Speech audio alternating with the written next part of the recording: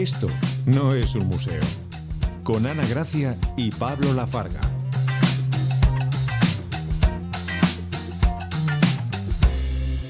¿Estás escuchando Esto no es un museo? El podcast de Esto no es un museo, Pablo Lafarga. Ana Gracia. ¿Qué tal has dormido hoy? Pues una vez más he de decir que he dormido bien, gracias a este ritmo de vida que conlleva pues acostarse y quedarse frito hasta el día siguiente. Y ahora está pensando, casi cuando me he sentado, casi me llevo por delante el micrófono, con lo cual... Vienes arrollador. Sí, bueno, ahora explicaremos por qué esto no me sorprende.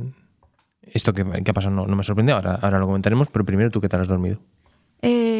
Pues mira, yo sí que cambié un poco, porque sí que estaba cansada, pero no me podía dormir por alguna razón. Y eso me da mucha rabia, ¿no? Cuando estás cansada y solo quieres dormir y encima por tu cuerpo decide que no. Así que, bueno, encima una vez leí que te puedes morir antes por no dormir que por no comer. O sea, que es que dormir es súper importante. Dormir está infravaloradísimo. Yo lo defiendo siempre, quizá en exceso, pero es que es fundamental, al menos también en mi caso, para descansar de física este y ritmo. mentalmente. Sí, total. Sí, la verdad es que sí. Bueno, y de unos días que llevamos desde que grabamos el último episodio, ¿no? Es que por ahí, efectivamente, por ahí iban los tiros de que casi me llevo por delante el micrófono porque hicimos mucha broma con el episodio 13 y bueno. Sí, no éramos supersticiosos, pero... Mira que el número 13 nos estaba, de momento, acompañando en la vida y era como, bueno, un número positivo, estaba bien.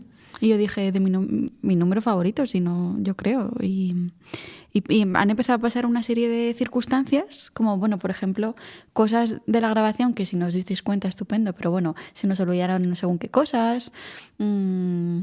Luego también cosas fuera del podcast que también nos han pasado. Y bueno, pues aquí estamos. De hecho, con tazas nuevas que también vienen un poco de complicaciones que han surgido. Así que... Sí, así que con muchas ganas de grabar el episodio 14 y dejar atrás el 13. Lo de las tazas, bueno, va a ser algo temporal. Las anteriores nos han dejado un poco de malas sensaciones por la empresa que lo vende y algunos de sus productos que tenían plomo en las tazas. Entonces, bueno, a mí eso ya no me genera mucha eran seguridad. Tazas que habíamos pintado nosotros y quedaron muy mágicas, pero bueno. Las pondremos en una vitrina, como el no museo que somos, pero bueno, entonces vamos a beber desde vasos más fidedignos. También es verdad que tampoco tenemos el 100% la certeza de que estén bien. Esto es pero porcelana, bueno, yo creo. Al menos en uno hay una broma sobre Van Gogh, con lo cual por lo menos ya... Eso es. Pero tampoco quiero enseñar la marca. No, bueno... Una broma sobre Van Gogh. Que nos patrocinen. Súper conocida, efectivamente. Determinada marca, si nos quieres patrocinar, totalmente abiertos a ello. Abordamos ya las historias. Episodio 14. Episodio 14. Que hemos titulado ¿Pero usted quién es? En referencia al mítico meme también. Sí, que es una frase que teníamos muy apuntada como idea también, ¿no? Que queríamos abordar en un episodio. Sí, nos vamos apuntando como frases o ideas sin saber muy bien luego de qué vamos a hablar, pero es como, esto será un título, ya pensaremos de qué hablamos. Y en este caso, yo he de decir que mi historia pues me vino como anillo al dedo y fue como, vamos a grabar esta, que me encaja bien. Vale. Y tú por suerte me has dicho que también encontraste algo muy potente, así que bueno, pues con ganas de comenzar. Sí, yo tengo ganas de hablar de esto. Creo que empiezo yo. ¿Te toca a ti? Vale. Bueno,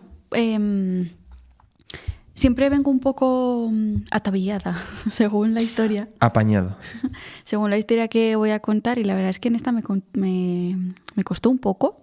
Entonces, bueno, simplemente las referencias son unos pendientes que son como una especie de chapa de estos de las latas, ¿no? Sí. Pero con un corazón. Y es por esa idea de coger algo a priori industrial y darle como otro uso, ¿vale? Porque hoy voy a hablar un poco de esa idea, ¿vale? Y darle como un uso un poco más artístico. Vale. Entonces, sin más dilación, voy con mi historia, con mi introducción de mi historia de ¿pero usted quién es? Pues adelante, cuénteme quién es. Todos sabemos quién era M. Rajoy, ¿no? Bueno, todos no. Pero ¿quién era R. Mut? La famosa firma que aparece en la obra La Fuente, de 1917. Ese famoso urinario presentado como una obra de arte en una exposición que fue rechazado y que cambió la historia del arte moderno para siempre. Creemos saber quién está detrás de todo esto, Marcel Duchamp, pero hay un detalle que lo puso todo en duda. Una frase en una carta y una mujer, la artista Elsa von Freytag-Loringhoven. Creo que se pronuncia así. Te iba a decir, tampoco sé pronunciarlo bien, entonces voy a considerar que lo has hecho muy bien. Sí. Pues Esta es la historia. Muy interesante. La verdad es que si empiezas con M. Rajoy, pues la historia ya comienza con interés. Es que claro, aquí la pregunta que gira un poco en torno a esta historia es quién era, ¿no? ¿Quién fue R. Mut? Y me recuerda mucho a esa famosa firma. Además, es que me parece increíble, muy bien hilado, la verdad. Sí. Siempre hay referencias. Que además el urinario lo hemos visto físicamente. Sí, uno de los muchos que hay, luego mencionaré. Sí. Y en el Tate Modern, ¿no? Esta cuestión surgió. Yo me acuerdo de el R. Mut y hablarlo tú y yo ahí más o menos. Es verdad que ya no he indagado mucho más, entonces ya no sé mucho más.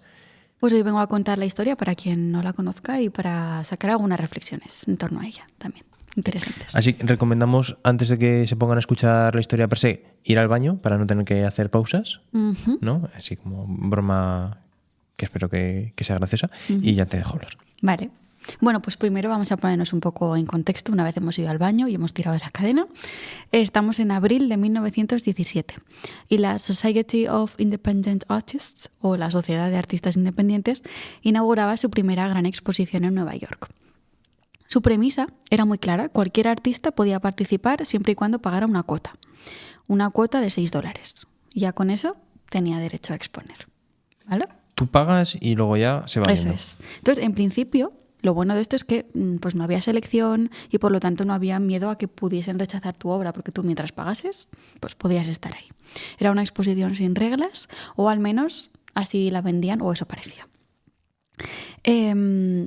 Ahora vamos a hablar, este es el contexto, vamos a hablar un poco de la pieza protagonista, del objeto encontrado, nunca mejor dicho, ¿vale? Y aquí tenemos que hablar de un artista que ya has mencionado tú en el podcast, que es Marcel Duchamp.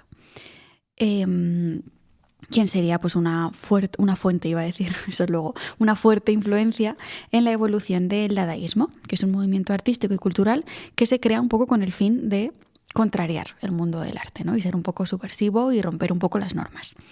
Entonces, bueno, ¿qué hizo Duchamp? Pues parece ser que compró un urinario blanco de porcelana, como nuestras tazas de ahora. Efectivamente. Y lo que hizo fue titularlo Fuente, dejaré por aquí la imagen para quien no lo tenga en mente, y lo firmó con el seudónimo R. Mut. Una vez hizo eso, pues lo mandó a la Sociedad de Artistas Independientes para que lo incluyeran en esa exposición que he mencionado de 1917. ¿Vale?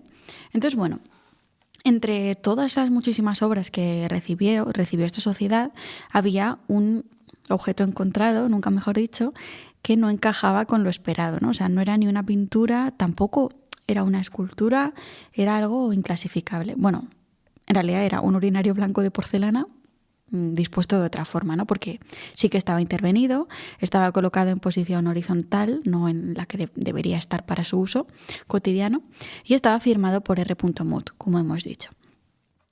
Bueno, la pieza fue rechazada. ¿Ya había pagado antes? Entiendo que sí. Claro. Cuando tú presentabas la obra, te pagabas y podías presentarlo. Pues bueno, pues la obra fue rechazada y con este gesto la exposición rompía su propia promesa de que cualquier artista que pague los $6 puede participar, ¿no? Entonces, bueno, hasta un sistema tan libre o creativo como puede ser el artístico, pues también tiene sus límites, ¿no? Bueno, pues esto es lo que pasó, fue rechazada.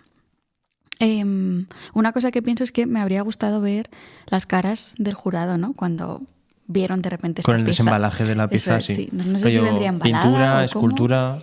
Claro, es como haciendo una especie de checklist y decir, ¿esto dónde lo metemos, no? ¿Qué es esto? Esto es una obra de arte. Porque, ¿tú crees que si esto en vez de ser un urinario comprado como tal, fuese una escultura con forma de urinario, lo hubiesen aceptado? Podría serlo, porque al menos hay como un trabajo de manufacturación y de... Puede ser. Es una pregunta interesante. Bueno, perdón, prosigue. Bueno, una cosa curiosa es que en el jurado que tomó esta decisión estaba precisamente Marcel Duchamp. Ahí va. Formaba parte del jurado. Entonces, bueno, después de esto renunció indignado y se llevó su pieza y bueno, y ya está. Y se fue muy indignado.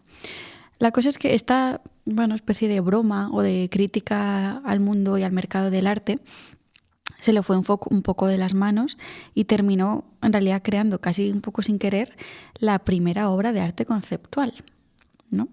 Abriendo así, yo pensaba, ¿no?, como las compuertas al maravilloso y terrorífico mundo del arte conceptual y a una de las razones por las que muchas personas no quieren visitar museos de arte contemporáneo. Es que claro, para ver una puerta, un plátano, una palmera, pues para eso, ¿no? Te vas a una frutería, a una playa. Y también una de las razones por las que escuchamos tanto la frase, ¿no?, de es que hoy en día cualquier cosa le llaman arte. Entonces, bueno, es verdad que hay arte conceptual de todo tipo. Es como en todos los ámbitos hay cosas buenas y cosas malas. Entonces, bueno.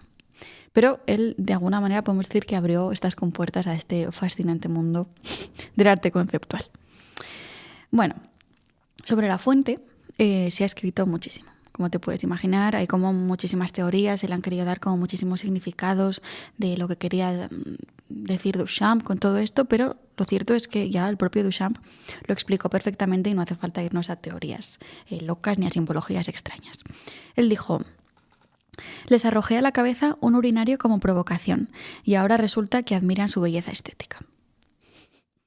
Vamos, en realidad lo que era esta pieza era una declaración de intenciones, una crítica al mundo y al mercado del arte, algo que después a lo largo de la historia del arte se ha repetido muchas veces. Pienso quizá en algo de los más recientes como El comediante, ¿no?, El plátano que has dicho, de Mauricio Catalán, y tantísimos otros ejemplos que lo que hacen era un poco lanzar el mismo mensaje, ¿no?, de reflexión o de crítica sobre todo al mercado, ¿no?, del arte más que a la historia del arte.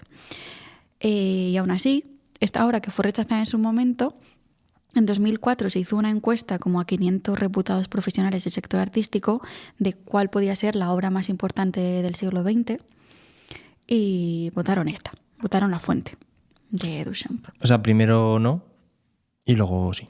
Y claro, estamos ya hablando en 2004, casi 100 años después, ¿no? Pero que esto sea la obra más importante del siglo XX, ¿no?, con tantísimos artistas de este siglo, pues es que puede que lo sea. Puede ser. Que lo sea. Y luego también que las cosas luego con perspectiva es que se ven de otra forma. O sea, no es lo mismo totalmente vivirlo en el momento, claro, que verlo con años después. Que en general se le suele dar el valor que tiene, ¿no? De cómo... Sí, a veces hace falta ese tiempo, esa perspectiva. Sí. Bueno, por continuar con la obra, como disclaimer, ya lo he dicho antes, ¿no?, pero las fuentes que nos encontramos en diferentes museos, como el que vimos, por ejemplo, en el Tate Modern, ninguna es la fuente original, ¿vale? La fuente original se perdió y lo que nos encontramos en estos museos son diferentes. No sé si hay entre 8 o 12 copias. Entonces, bueno, ninguna es como la original como tal. De hecho, de la pieza original solo conservamos una fotografía que hizo el fotógrafo Alfred Stieglitz, que dejaré por aquí la foto, que es lo único que conservamos de esta pieza original, y que hizo la fotografía cuando Duchamp pues ya como que renunció a ser jurado y se llevó su pieza enfadado y la llevó al taller y hicieron como esta fotografía, ¿no?, después de ser rechazada. Es como una foto muy mítica. Entonces, bueno, al fin y al cabo, esta escultura, decíamos, puede que sí sea la obra más destacada del siglo XX, ¿no?, por lo que supuso, porque desde luego marcó un antes y un después en la historia del arte. Y lo más interesante, a menos yo creo, es que provocó muchas preguntas y muchas preguntas incómodas, a menos dentro del sector artístico, como volver a plantearnos, ¿vale?, pero ¿qué es el arte? ¿Quién legitima lo que es arte? Lo que entra en una exposición, lo que entra en un museo, ¿lo deciden los propios museos? ¿Lo deciden los artistas? ¿Lo decide el público? ¿Lo deciden las instituciones? Bueno, pues todo este tipo de preguntas que creo que hoy en día también nos seguimos haciendo, ¿no? Y es bueno seguir haciéndolas. Pero claro, con esta pieza ya no importaba tanto la técnica que tenía el artista o la estética, ¿no?, como nombraba Duchamp, sino que ahora lo importante era la idea, el concepto frente a todo lo demás. Y un objeto cotidiano, por eso lo que mencionaba al principio, sacado de su contexto y de su uso, puede ser arte si el artista así lo desea, ¿no? Es lo que estábamos viendo. Entonces la fuente sirvió para cuestionar, una vez más, el sistema artístico. Pero hablando de cuestionar, si la pieza está firmada, hemos dicho, por R. Muth, seguimos sin saber quién es realmente, ¿no?, R. Muth. Y esta es probablemente la historia que yo creo que muy, muy pocas veces nos han contado, no sé, ya nos dirán quienes nos escuchen. Pero, bueno, en primer lugar, el nombre Mott, o Mott, sería la pronunciación, podría ser una referencia a la empresa JL Mott Iron Works. ¿Vale? Dejaré por aquí una imagen. Que era pues una empresa industrial que fabricaban pues eso, urinarios, bañeras, lavabos, todo este tipo de fabricación industrial muy asociado también a la higiene, ¿no? A los baños. Entonces, bueno, podría ser que fuese una referencia a ese nombre, a Mott. Y luego, por otro lado, también hay como ideas de que podría ser un juego fonético un poco irónico, porque Mott en inglés es como chucho o perro callejero, ¿no? Entonces, como la idea de traer algo como de la calle a un contexto más institucional, artístico. Bueno, nada es seguro en realidad. Lo único que sí que tenemos seguro es que fue Duchamp el que en 1917 presentó la pieza a la exposición. Eso sí que lo tenemos seguro. Pero, ¿fue Duchamp el que creó esta pieza? Aquí es como la otra pregunta, ¿vale? Que lanzamos. Y aquí ya nos vamos a algo un poco más reciente, y es que en 2002 el crítico y curador de arte Julian Spalding publicó un libro en el que hablaba de la fuente de Duchamp. Y después de eso, el doctor Glyn Thompson, que es un estudioso de Duchamp, un experto, le contactó y le comunicó que lo que él estaba investigando no coincidía con lo que Spalding había publicado, al menos todo lo que tiene que ver con la versión de cómo el artista adquirió el famoso urinario, ¿no? Y que luego intervino. Parece ser que Duchamp lo compró en Mott, en esa empresa que hemos mencionado ahora, pero Thompson pues fue allí y confirmó que nunca hubo una tienda, sino que hubo una sala de exposición. Revisó todos los registros de la sala y no encontró nada que confirmara esa historia de Duchamp. De hecho, descubrió una cosa, y es que el famoso urinario no había sido hecho en Nueva York, sino que había sido fabricado en Filadelfia. Entonces, ¿quién hizo esa intervención y cómo llegó a él, ¿no? A Duchamp? Aquí está, la verdadera incógnita que quizá no nos han contado. Bueno, quizá y seguro que no nos han contado. Para eso tenemos que hablar del nombre que mencionaba al principio, que espero decir bien otra vez, Elsa von Freytag-Loringhoven, ¿vale? Que voy a dejar por aquí. ¿Te queda muchas veces de nombrarlo? A partir de ahora, Elsa. Elsa, vale. ¿Vale? Más conocida también como la baronesa Dada, que es como una forma en la que se le recuerda mucho, y menos conocida por ser la artista detrás de la firma R. Mott. ¡Anda! Y es que ya me quedado un poco flipando con el sombrero. Buah, es que era increíble, es que era muy Dada, ahora lo vamos a ver, pero era increíble. Como la reina de los Bridgerton. Un poco, sí, así, un poco esa ostentosidad y excentricidad, total. Bueno, ¿quién era Elsa von Freytag-Loringhoven? Era una artista alemana que destacó en la pintura, en la escultura, en la poesía y en la performance, incluso antes de que existiera la performance con ese término y esa idea como tal. Desde muy jovencita, con 19 años, abandonó su hogar y se fue a Berlín, y allí estuvo trabajando como modelo y empezó a moverse un poco ya en la vanguardia artística y a desarrollar su faceta como pintora y como poeta. Después sufrió como una serie de muchas mudanzas por diferentes sitios hasta que llegó a Estados Unidos y bueno, finalmente lo que nos interesa es que terminó asentándose en Nueva York y ahí su influencia fue cada vez mayor. Por ejemplo, estableció una estrecha amistad con artistas como Marcel Duchamp o Man Ray. Sorpresa. ¿Vale? Que eso le hizo tener pues buenos contactos, pero aún así ella como que ya se iba haciendo un nombre. Para Duchamp o para Man Ray pues trabajó como modelo, por ejemplo, y también desarrolló su poesía, su pintura, sus esculturas vanguardistas y sus performances callejeras, que como hemos dicho, pues en ese momento el término performance y un poco este trabajo artístico no existía como tal. La Así idea, que ¿no? fue como bastante pionera en ese sentido. En definitiva, y ya viendo el retrato, ¿no? Lo has visto, llevó el estilo dadaísta como forma de vida. Y de hecho por algo se le recuerda como la baronesa Dada.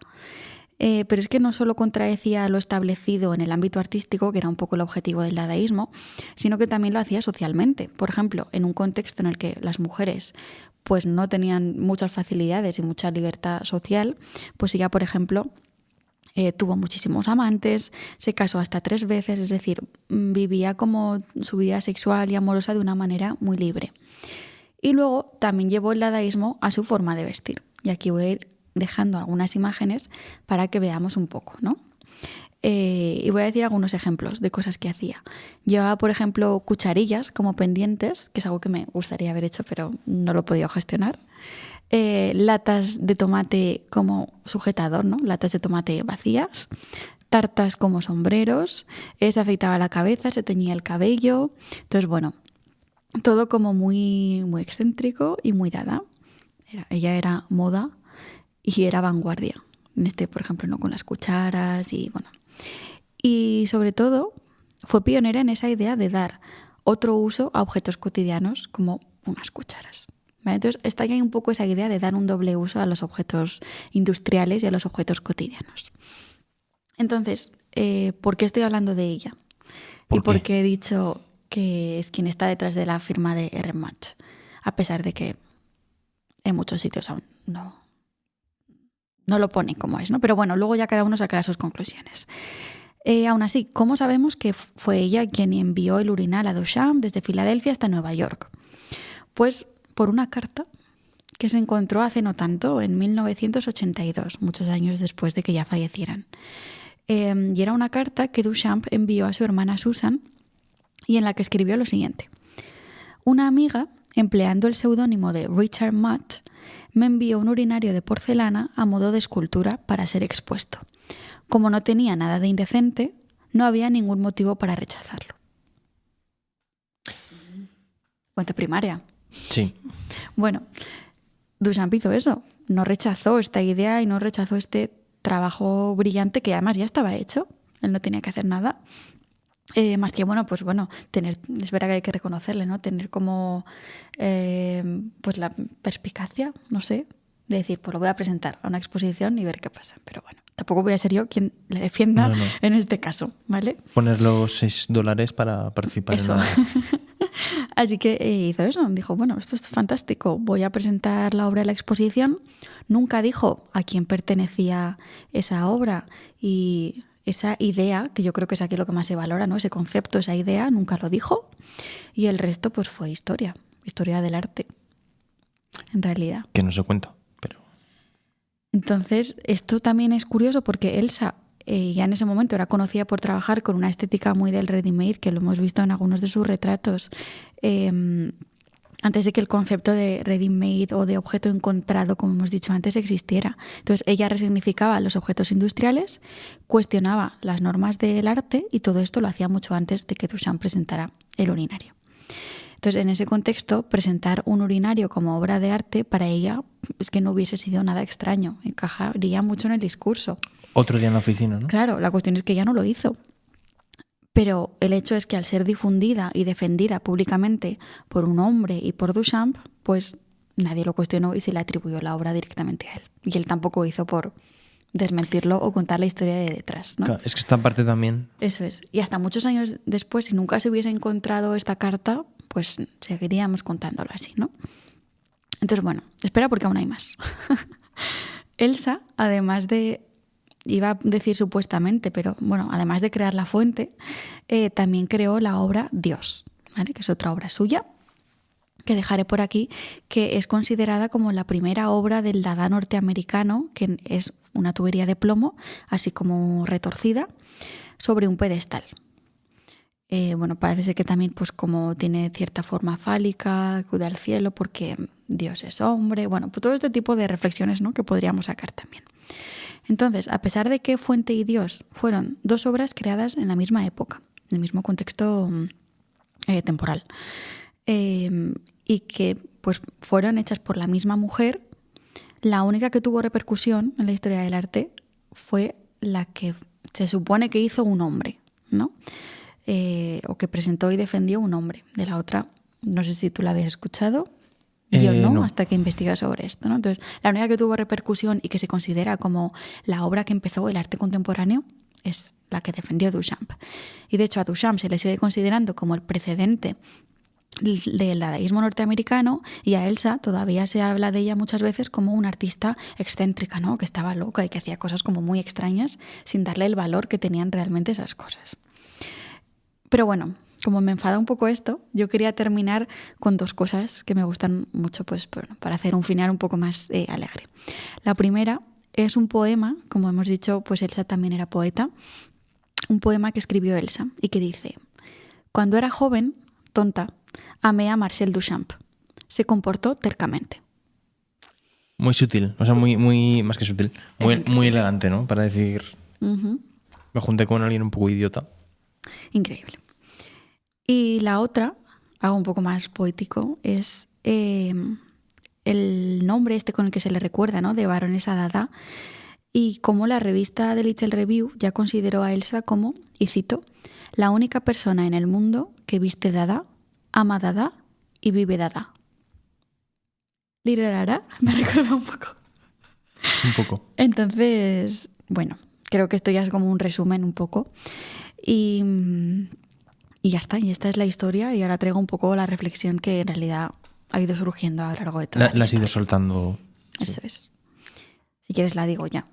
Sí. Que más allá pues, de otra artista que traigo, de que fue invisibilizada por la historia, que un hombre se llevó su prestigio, me parece también interesante la idea de cómo se construye el relato del genio de la historia del arte, ¿no? Que hemos mencionado tantas veces.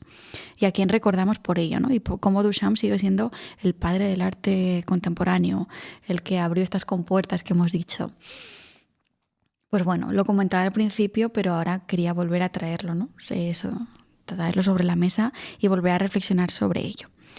Y que tal vez el gesto radical de esta historia no fue tanto el de Duchamp al exponer un urinario en un museo o en una exposición, sino evidenciar cómo muchas mujeres quedaron fuera del reconocimiento o del prestigio, incluso cuando estas mujeres, ya estaban en el centro de la vanguardia artística en su momento, ¿no? Entonces, ¿qué ha pasado con esta lectura de la historia del arte? Y sobre todo algo que creo que ya he mencionado en otros episodios, que es la importancia de seguir investigando, de seguir revisando. La historia del arte no está escrita, sino que tiene que seguir reescribiéndose y releyéndose. Y bueno, y esa es un poco la reflexión que creo que ya he traído otras veces, pero que es que cuando se descubren estas historias pues da mucha rabia, pero también creo que motiva, ¿no? A seguir investigando y seguir contando todas estas historias. Pues es que lo has dicho muy bien, o sea, es un poco, por desgracia, lo de siempre, ¿no? Encima es el genio masculino siempre. O sea, Por supuesto. yo no he escuchado nunca una genia. Una mujer es como, no, una mujer que lo hacía muy bien, ¿no? Una gran artista, tal, pero genia, nunca. Pero siempre como a nivel técnico, ¿no? O cosas así. Sí. Pero si hacía cosas un poco extrañas, muy de artista loco pero creativo, pues era una loca, era una excéntrica, claro. ¿No? Que creo que es un poco pues lo que se sigue diciendo en muchas ocasiones sobre ella. Pero luego tienes a Dalí, que estaba zumbado de la cabeza. Efectivamente. Y es como un genio. Incomprendido, adelantado a su época y todo eso. Hombre, ese bigote se adelantaba a su época y a 3 épocas también, porque, madre mía. La verdad es que el bigote yo es de lo poco que defiendo de Dalí, porque la verdad es que increíble. Pero bueno. Pues me parece una historia muy interesante. Me alegro. De hecho, creo que podríamos hablar de ella en alguna de las sesiones. Lo estuve pensando porque hay mucho que hablar y creo que es súper interesante, sí, sí. Bueno, vamos a hacer un pequeño spoiler, pero ha surgido natural. Aquí en Zaragoza desarrollamos un ciclo que se llama Café de Artista en la Sala Juana Francés de la Casa de la Mujer del Ayuntamiento de Zaragoza, en el que hablamos de mujeres artistas. Desmarcadas. En concreción es espacio, pero se llama Desmarcadas. Efectivamente. Sí. Y hablamos de mujeres artistas, que ya empezamos con mujeres artistas, porque siempre hay que decir mujeres antes de artistas. Hemos hablado de Clara Peters, Ilma Klint, Sofonisba, Anguissola. Próximamente nos toca otra más y seguramente, si se prorroga el proyecto, pues igual hablamos de, yo encantada, de la baronesa Dada, que me parece muy interesante, la verdad. Pues me alegro. Sí. Ahora ya cuando veamos otra de las copias, pues ya lo miraremos con otros ojos, ¿no? Claro, es que a mí ahora me gustaría ver las obras de Duchamp para ver si, o sea, realmente desentona mucho con todo lo demás de Duchamp. No, realmente luego él hacía eso y luego también hacía como ensamblajes entre diferentes objetos. Pero bueno, la cuestión aquí es un poco la de reconocimiento y la de, pero usted quién es, ¿no? ¿Quién hay detrás de esta firma R. Muth? Y si los museos también, a la hora de explicarnos la obra, nos están contando un poco todo o se quedan en... Es una obra de Marcel Duchamp, ¿no? Que se quedan en eso. Normalmente, o sea, el Museo de Arte Contemporáneo en general hay excepciones, pero te ponen la obra y si la entiendes bien y si no la entiendes también. Sí, pero no tanto entenderla, sino a quién estamos atribuyendo que es esta pieza. Claro, ¿no? o sea, toda la historia que hay detrás de esa pieza, que más allá de, lógicamente, ayudarte a entender la pieza, es contextualizar. Pues Duchamp, en este caso no, pero bueno, se desarrolló en un momento, quería reflejar una cosa. Hay que contextualizar, sobre todo yo creo que el arte contemporáneo hay que contextualizarlo porque es que si no, yo y entiendo que no se entienda. actualizarlo, es que si se encuentran estos datos, esta carta, pues es que igual hay que contar esa parte también, igual hay que nombrar a Elsa. Entonces, bueno, he de decir que en Wikipedia creo que habían incluido ya esto, y se nombraban a Elsa y le ponían como, creo que no con mucha certeza, ¿no? Pero como que podría haber sido ella quien lo hizo, así que bueno. Ya es un paso más que muchos museos. ¿No? Sí. Pues muy interesante. Pues estoy deseando escuchar tu historia, pero ¿usted quién es? La mía, o sea, ¿sabes de quién voy a hablar? Sí, lo sé, me lo has dicho. Yo no sabía de quién ibas a hablar tú. De hecho, estamos haciendo este episodio en concreto para que tú puedas hablar de tu no libro, de tu historia. Efectivamente no, la verdad es que libros creo que de esta historia no voy a sacar ninguno. Bueno, todo esto surge porque el 13 de marzo, pues hace muy poquito, surgió otra vez una noticia en relación a esto que voy a comentar y dije, pues mira, me viene de lujo para hablar de esto. ¿De quién voy a hablar? Pues de alguien del que normalmente no se suele hablar, que es Banksy. Es irónico, ¿no? Es totalmente irónico. Vale. Sí, es un señor con 12 millones de seguidores en Instagram y la repercusión que tiene, pues anda que no... Sí, lo cotillé. Estuve mirando en su... Es que resulta que utiliza Instagram para verificar sus obras. O sus intervenciones. O sea, hace una intervención en algún sitio. Claro. Sí, porque han surgido como muchos otros, ¿no? Diciendo esto es de Banksy, ¿no? Tal. Sí. Así que bueno, eso como entrada. Y yo lo que voy a hacer es contar un poco pues todas las teorías detrás de quién puede ser la persona que es Banksy. Banksy, o sí, un poco así. Vale, dicho lo cual, pues como siempre, toca una introducción, que es verdad que, bueno, lo he contado un poquito ya, pero voy a hacerla. La típica tos, siempre. Si te pregunto, ¿conoces a Banksy? Casi seguro que me dices que sí. Pero si te pregunto, ¿sabes quién es Banksy? Pues ahí la respuesta ya seguro que tienes más dudas.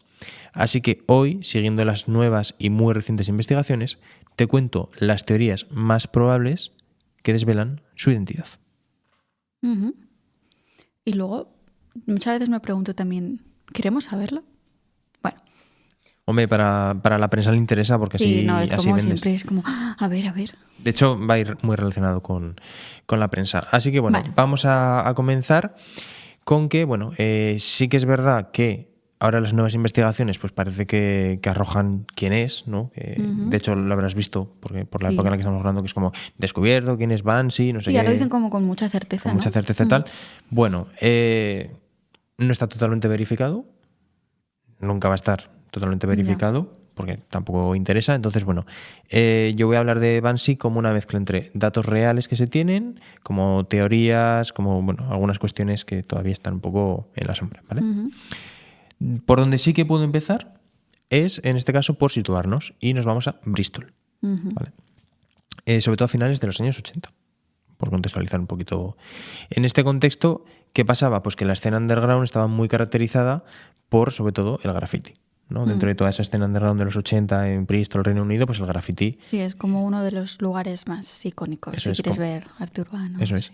Entonces, bueno, es verdad que en ese momento el arte urbano o las intervenciones urbanas no se veían como se ven en la actualidad, que ahora vemos los murales y vemos cómo las instituciones pagan porque se hagan murales.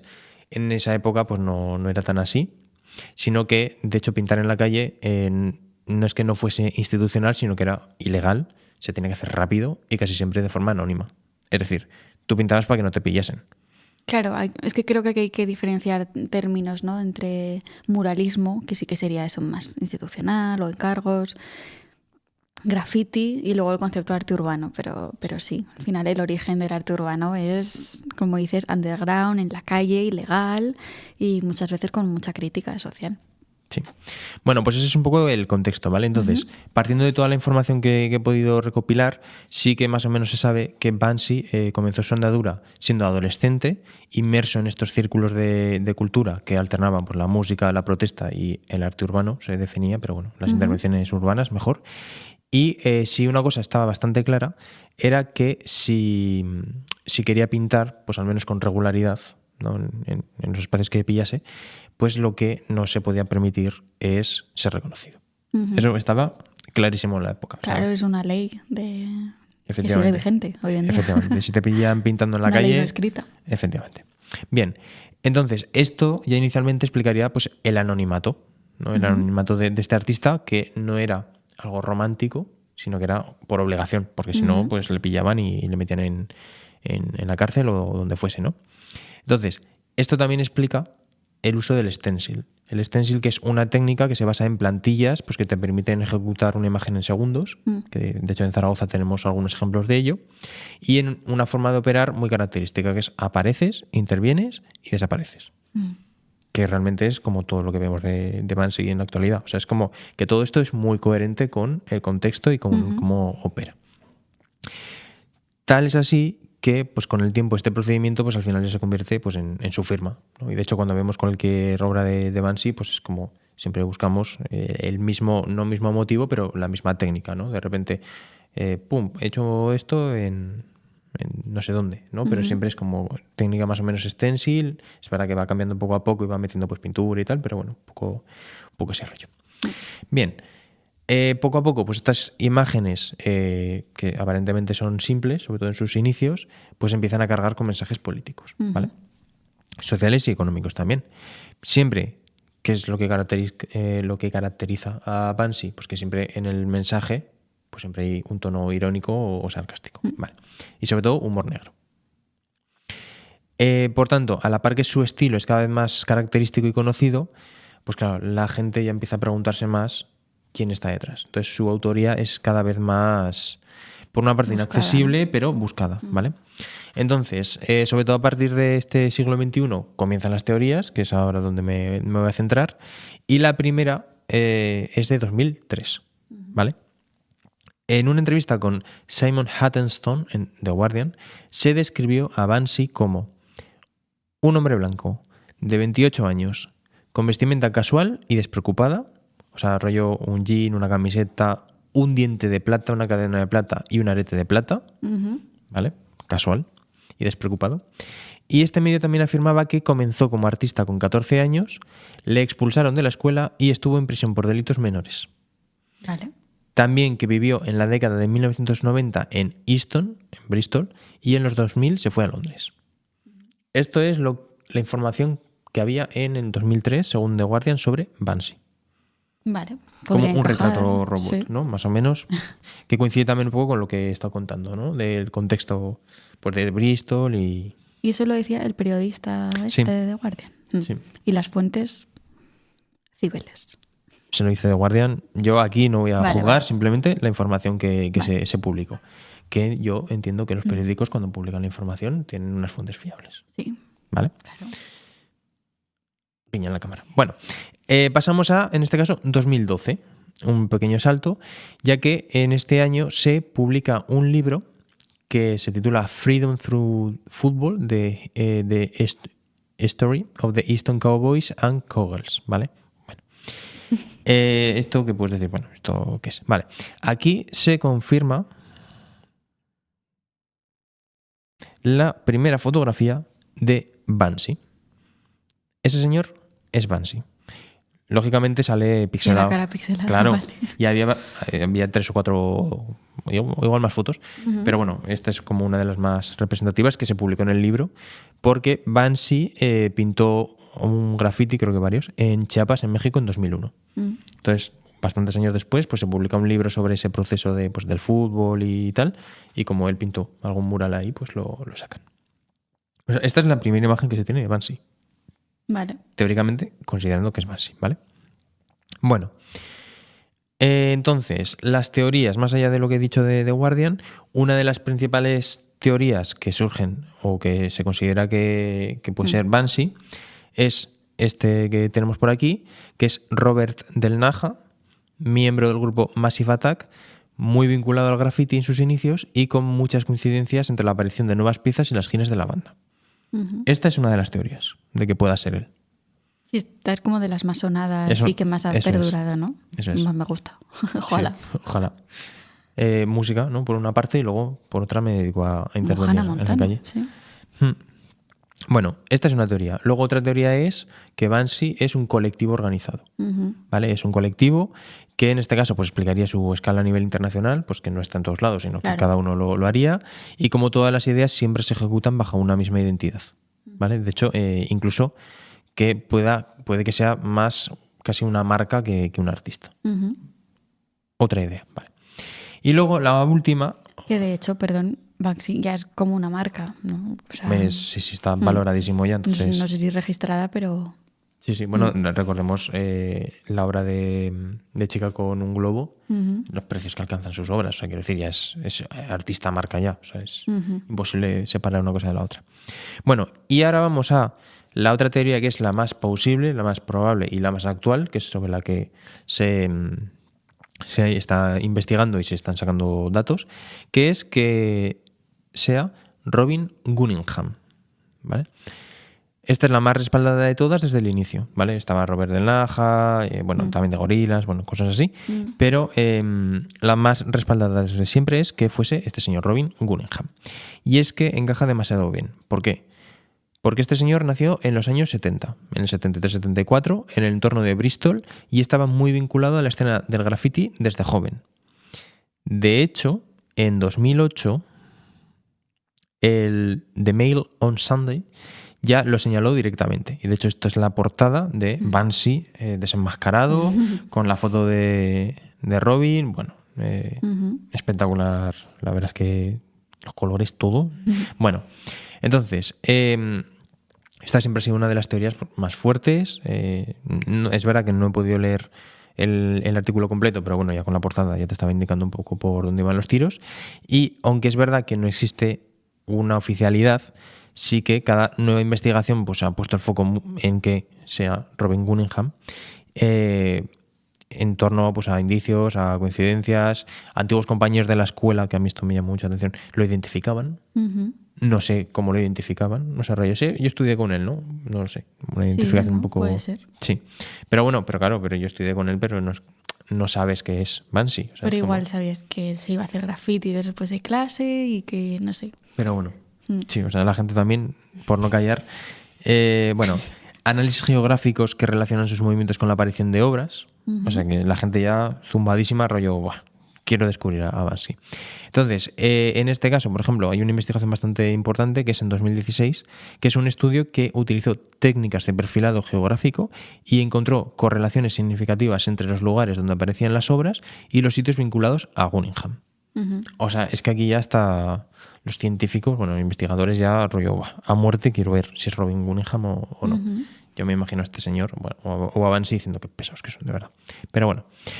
La cuestión es que este mismo mes, el 13 de marzo de 2026, o sea, más reciente prácticamente no puede ser, ha surgido una nueva investigación, en este caso de Reuters o como se pronuncia, ¿vale?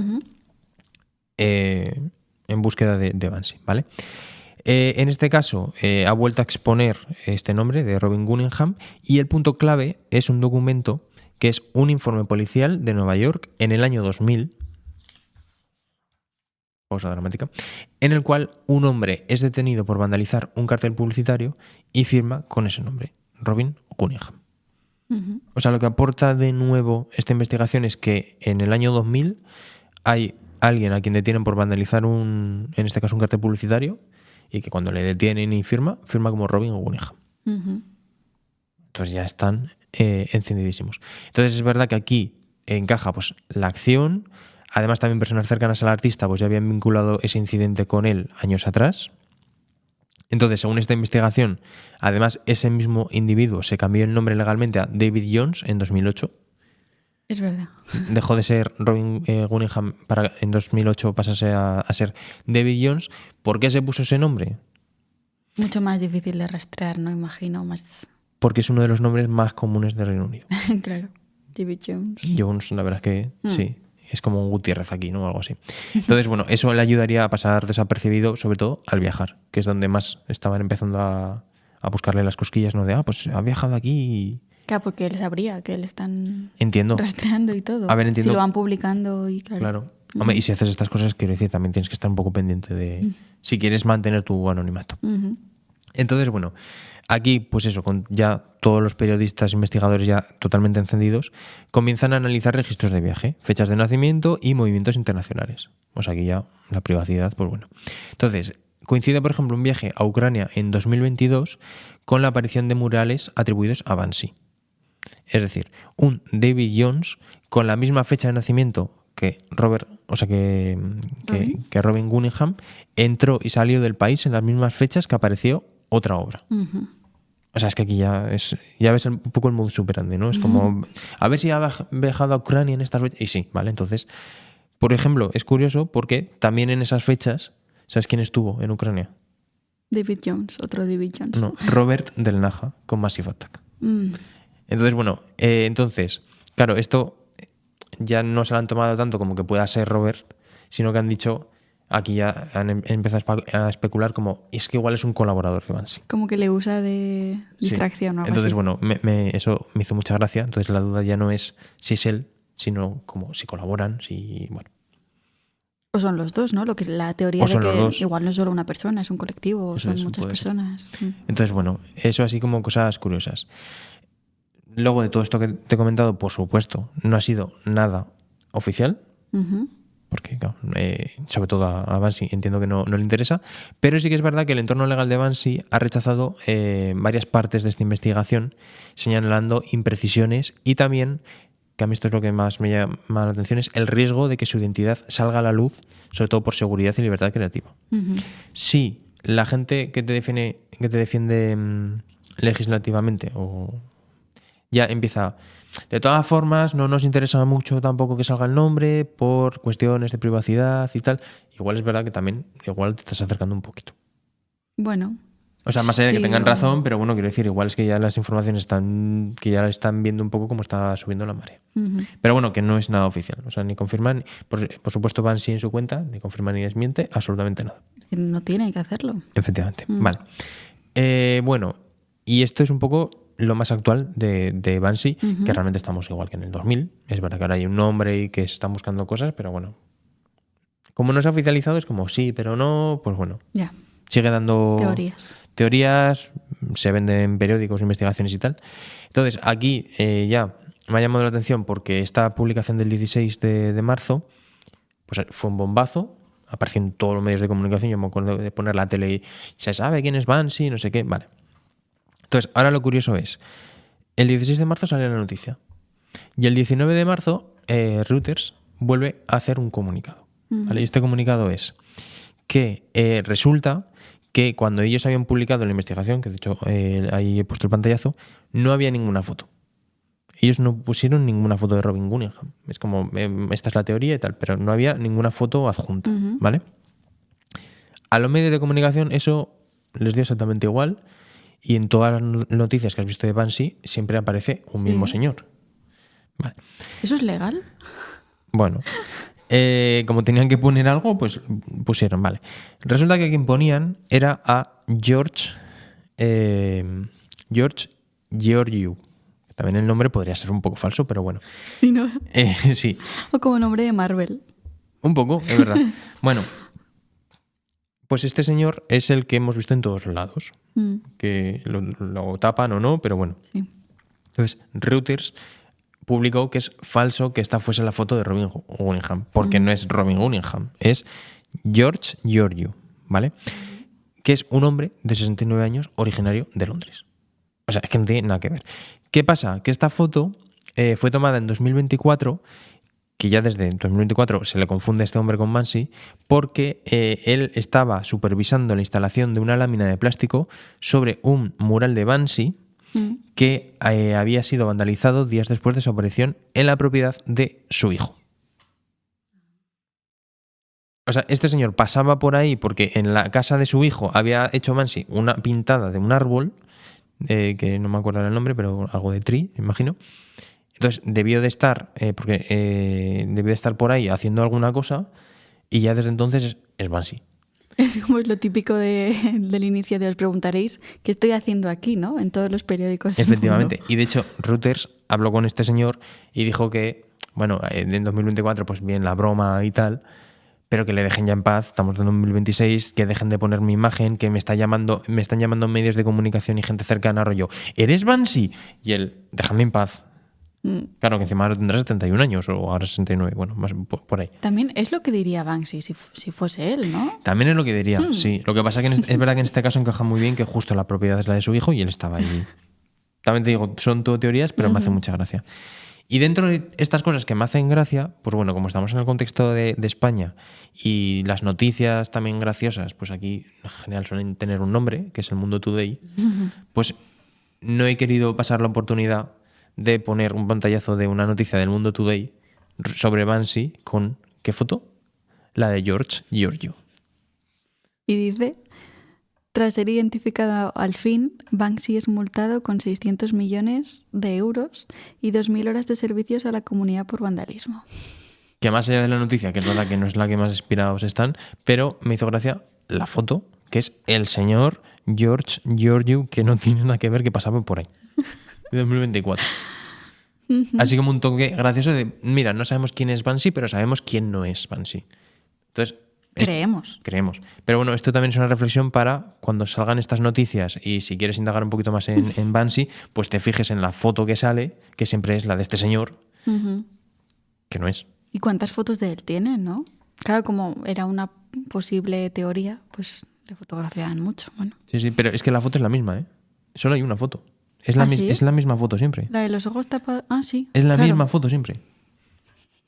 Entonces, como va cambiando el fondo y eso. Sí, pero es la misma foto que todos cogen. O sea, rollo, Banksy, Google, Banksy, pum, venga, pum, y esto. Entonces, esa reflexión pues también me quería hacer gracia de cómo hasta desvelando un anonimato que está mal hecho, pues se coge siempre la foto, que es como, en teoría es esta foto, y es que no es. Entonces esa era un poco una reflexión. Pero bueno, hasta aquí la interpretación y exposición sobre quién puede ser Banksy, quién no. Y bueno, pues que al final, en cualquier caso, pues se va a seguir hablando de Banksy y de George Giorgio seguramente. Así que bueno, hasta aquí un poco la historia de Banksy y de George Giorgio. Y estaremos atentos a nuevas Estaremos atentos actualizaciones. a más búsquedas en torno a... Yo estoy harta, la verdad. Es que a mí me da igual quién sea, pero bueno. Bueno, ahora también ha salido el melón del mundo del arte diciendo, hombre, es que si se descubre el nombre aún va a valer más. Que me da igual yo. Es que yo Banksy, bueno, no sé. Da igual. O sea, yo estoy ya fuera de esta guerra. A mí me da igual que se descubra quién es, que no, que se me da igual. Yo quiero que dejen si este señor no es Banksy, que le dejen en paz. Sí, o sea, ponían en Reuters que habían hablado con él y que decía, oye, que me dejen ya en paz, que me están llamando 30 medios de comunicación al día, todos mis familiares me están diciendo tal y yo estoy tan tranquilo, déjame estar jubilado, o no, pero bueno. Entonces, de cara a reflexión tengo un par, y la primera es cómo, que además esto lo hemos comentado en algún episodio anterior, cómo antes los artistas eran anónimos por obligación y lo que querían era firmar con su nombre y ser conocidos. O sea, por ejemplo, Durero. Ah, vale, hablas de artistas en general. Sí, de siglos anteriores, ¿no? De cómo antes era la búsqueda de quiero ser artista, quiero marcar mi nombre, quiero que se me reconozca. Y tenemos casos como este, que es todo lo contrario, es como que no quiero que se me conozca. Claro, pero los artistas callejeros siguen siendo así, o sea, utilizan seudónimos y trabajan siempre desde el anonimato, porque es su manera de trabajar. Claro, pero lo que no tenemos que hacer es tratar de descubrir quiénes son, da igual. Por eso, o sea, pero es también el contraste. O sea, yo no digo de buscar, pero es como antes del anonimato se quería salir de ahí y ahora es como en este contexto, que se entiende totalmente, es como quiero buscar... Hay cuestiones legales, yo creo, que es un poco la diferencia, ¿no? Sí, y lo difícil que es. Es como, pues, en el momento que tienes ya una repercusión es como que todo el mundo va porque necesita saber quién eres. Es como... Sí. Esa por una parte. Y luego por otro, el gran melón de si el arte urbano, por una parte, tiene esa faceta política, ¿no? Pues como por ejemplo el muralismo mexicano, o una parte reivindicativa también. Es como esas dos patas, ¿no? De, vale, hago una intervención que puede ser institucional, es decir, me han pagado y hago un mural para tal, o hago una intervención reivindicativa sobre no a la guerra o lo que sea. Ujú. Pero al final sigue siendo, entre comillas, el mismo arte o forma de expresión, por así decir, en la pared, Sí. ¿no? En un espacio público. Ujú. Esas son un poco las dos reflexiones que tenía para esta historia. Ujú. Muy bien. Una actualización de algo de actualidad, valga la redundancia. Sí, tampoco es que haya actualizado mucho y yo creo que esto va a ser cíclico y dentro de un tiempo pues también habrá que yo antes me he quedado con las ganas de preguntarte, ¿el plátano de Cataluña en qué año fue? Creo que en 2019, me parece. Es que hubiese estado muy guay que hubiese sido en 2017, rollo 100 años después de... Pues creo que fue 2019. Yo creo que también me Lo que suena. pasa es que también ha habido como actualizaciones de esa historia. Creo que fue el año pasado cuando lo volvieron a comprar por 2, no sé cuántos millones. Bueno. Y a mí es que me suena que a partir del 21 es cuando ya empezó a conocerse realmente lo del plátano. Yo No sé. tengo esa mentalidad de más noticia en torno a... Sí, es que como iban pasando cosas, se iba comprando, se subastaba, pero creo que lo que pasó en la feria de Miami, creo que fue en 2019. Pues muy interesante. Pues sí. Pues hasta aquí, pero ¿usted quién es? ¿Pero usted Las quién dos es? historias. El episodio 14, ya dejamos atrás el episodio que está entre el 12 y el 14. Y este de momento bien, ¿no? Ujú. O sea, Sí, por hacer un poco recopilación, pues Vale. bueno, nombres que han quedado algunos en el olvido, nombres que se confunden, atribuciones o nombres que tenemos la necesidad de conocer quién hay detrás muchas veces cuando igual no es necesario, ¿no? sí. Ujú. O sea, al final es como un poco un juego con el anonimato, ¿no? O sea, del anonimato obligado, entre comillas, de que no le nombra, le entrega la obra y no le nombra. Sí. Y en este caso es como quiero mantener el El anonimato. buscado. Sí. Como ese contraste que me llamó la atención y creo que ambas historias encajaban muy bien con él. Pero ¿usted quién es? Pues sí, me gusta que han sido diferentes, pero encajan perfectamente. Sí. Además, siglo XX, siglo XXI, en mi caso tal, pero también un poco siglo XX. Sí. Así que muy interesante. Bueno, yo creo que hasta aquí, sobre todo si has estado escuchando el episodio, ahora ya Creo que ya ha sido largo, ahora lo comprobaremos. seguramente ahora tendréis que comer un poquito de spam. Bueno, pues como siempre, contamos más cuestiones relacionadas con el arte en nuestras redes sociales, sobre todo en Instagram, @esto no es un museo _, que nos puedes escuchar en todas las plataformas en las que nos estás escuchando ahora, pero también nos puedes ver en YouTube, nos puedes dejar un like, suscribirte para no perderte ningún episodio y bueno, y que próximamente en los meses de abril y mayo, que ya empieza así el buen tiempo, que ya estamos en primavera, vamos a hacer cositas, vamos a montar saraos y todo eso lo avisamos siempre por redes, así que iremos diciéndolo. Eso es, así que en síntesis, síguenos, que no te cuesta un duro, lo decimos siempre. Esperamos que, pues eso, que este episodio te haya gustado. No es el cierre, ¿eh? Ah, es vale. que es verdad Digo, que va a ser como ahora. te viene igual. No, que esperamos que eso, que estas historias te hayan gustado y que también te generen el querer suscribirte para conocer más. Que la verdad es que, claro, después de 14 episodios, pues llevamos 28 historias. Sí, claro. 28, o sea que Una cada uno. tienes para... Muy difícil hay que no te guste ninguna de las 28 y yo por mí ya, encima de episodio un poco largo, ya hay que ir. Pues venga, tú. Es que no me acuerdo. Pues muchas gracias por escucharnos, vernos. Esperamos que este episodio haya evitado que el arte te deje frío. Hasta el episodio que viene. Muy bien dicho.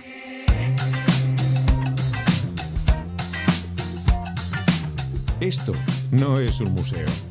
Con Ana Gracia y Pablo Lafarga.